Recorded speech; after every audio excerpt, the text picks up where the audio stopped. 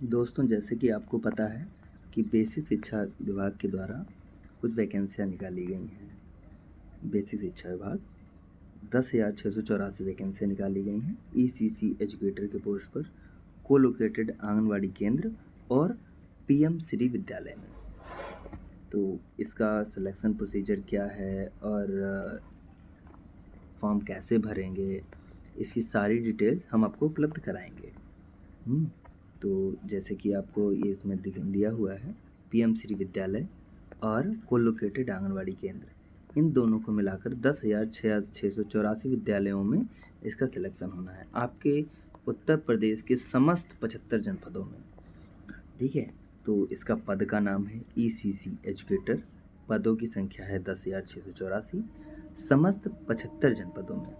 ठीक है, यानी उत्तर प्रदेश की जितने जनपद हैं सभी में इनकी वैकेंसियाँ आई हैं आंगनवाड़ी केंद्र और पीएमसी विद्यालय में। यह वैकेंसी आपकी संविदा आउटसोर्सिंग के माध्यम से होगी। इसकी संविदा अवधि जो है वो 11 माह की है। मानदेय 10,313 रुपये प्रति माह है। इसका जो एजुकेशनल क्वालिफिकेशन रखा गया है, ये आपका रखा गया है, आप किसी भी बोर्ड से, जैसे आपने किसी भी बोर्ड से आपने जैसे मान कोई भी यूनिवर्सिटी है, उससे आप स्नातक परीक्षा में गृह विज्ञान मेन विषय के रूप में, यानी कि ये 3 साल में आपका होना अनिवार्य है। और आपका जो ग्रेजुएशन में परसेंटेज होंगे वो मिनिमम 50% होना अनिवार्य है। आरक्षित वर्ग, जैसे कि मान लीजिए आपका ओबीसी है, एससी है, एसटी हैं, इनको न्यूनतम 5% की छूट दी जाएगी, यानी कि आप 45% में इनका सिलेक्शन हो जाएगा। मान लीजिए जिनके पास गृह विज्ञान नहीं है, उनके लिए नर्सरी अध्यापक शिक्षा ये समकक्ष डिग्री के रूप में आएगा। एनटीटी हो, सीटी नर्सरी हो, डीपीएससी का कम से कम 2 वर्ष की अवधि का डिप्लोमा होना चाहिए, जो कि राष्ट्रीय अध्यापक शिक्षा परिषद के द्वारा मान्य होना चाहिए। आवेदनकर्ता की आयु 1 जुलाई 2024 को 40 वर्ष से अधिक नहीं होनी चाहिए। और जो एजुकेटर्स जो हमारे जो सेलेक्ट होंगे, उनको जो आंगनवाड़ी केंद्र में 3 से 6 साल के बच्चे आएंगे, उन्हीं को शिक्षा देनी है। बच्चों के संज्ञानात्मक विकास हेतु रंग, आकार, ध्वनि, वस्तु, वातावरण तथा पेड़ पौधे, पक्षी, जानवरों आदि से संबंधित गतिविधियों का प्रयोग करना है। आंगनवाड़ी केंद्रों को बच्चों के साथ अन्य क्रियाकलापों तथा खेल, नाटक, पिकनिक, क्षेत्र भ्रमण, संगीत, हाथ के कार्य आदि हेतु कार्य योजना बनाते हुए कार्य करना है। यानी कि जो आप पढ़ाएंगे वो खेल एक्टिविटी पे ही होना चाहिए, क्योंकि बच्चे इससे ज़्यादा सीखते हैं।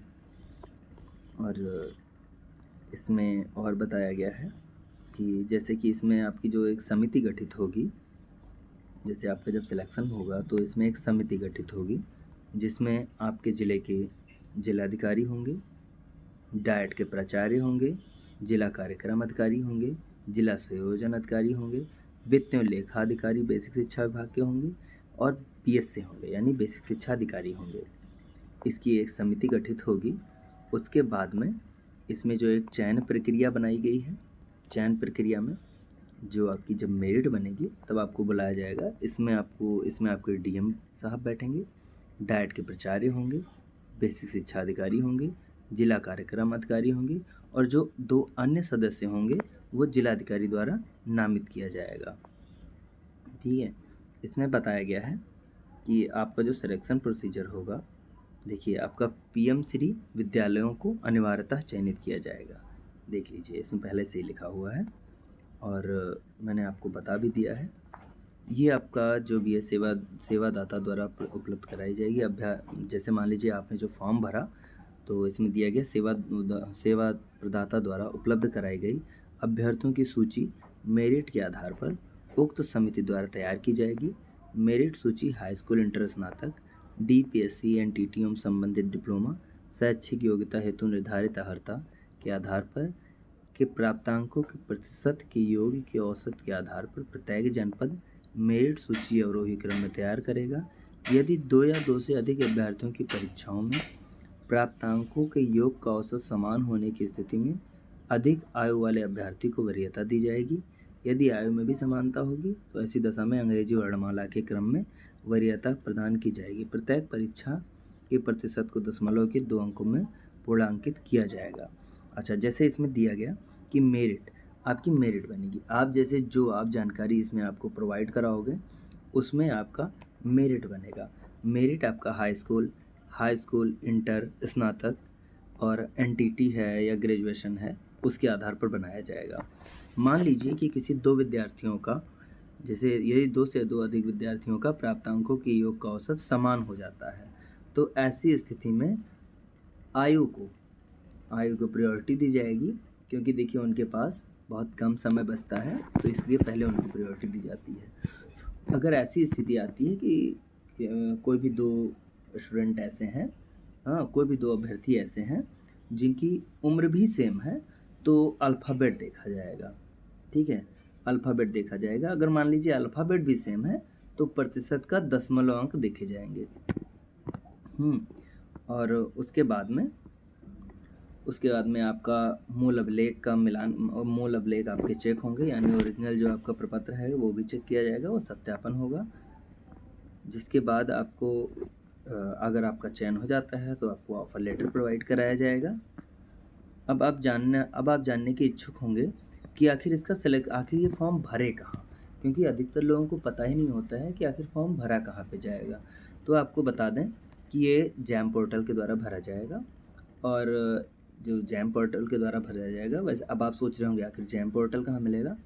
हम आपको बता दें, एक वेबसाइट बता दे रहे हैं। आप गूगल पे जाइए और लिखिए सेवा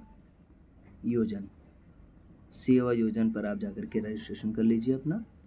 अब सेवा योजन में आप रजिस्ट्रेशन करेंगे तो आप सिर्फ यही वैकेंसी नहीं, उस पर बहुत सारी वैकेंसीज़ आती रहती हैं। तो अगर आप एक बार अगर रजिस्ट्रेशन कर लेंगे तो हमेशा के लिए आपका काम आता रहेगा।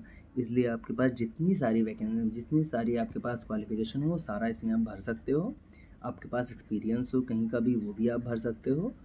और जैसे आपके पास कंप्यूटर कोर्स है वो भी आप इसमें डाल सकते हो सेवा योजन में, क्योंकि एक बार ये रजिस्ट्रेशन हो जाता है फिर ये करेक्शन नहीं हो पाता है। तो आप जितना आपके पास क्वालिफ़िकेशन हो सारा इसमें डाल दीजिए। अगर आप आरक्षित वर्ग के हैं जो आपका जाति प्रमाण पत्र भी इसमें लगता है।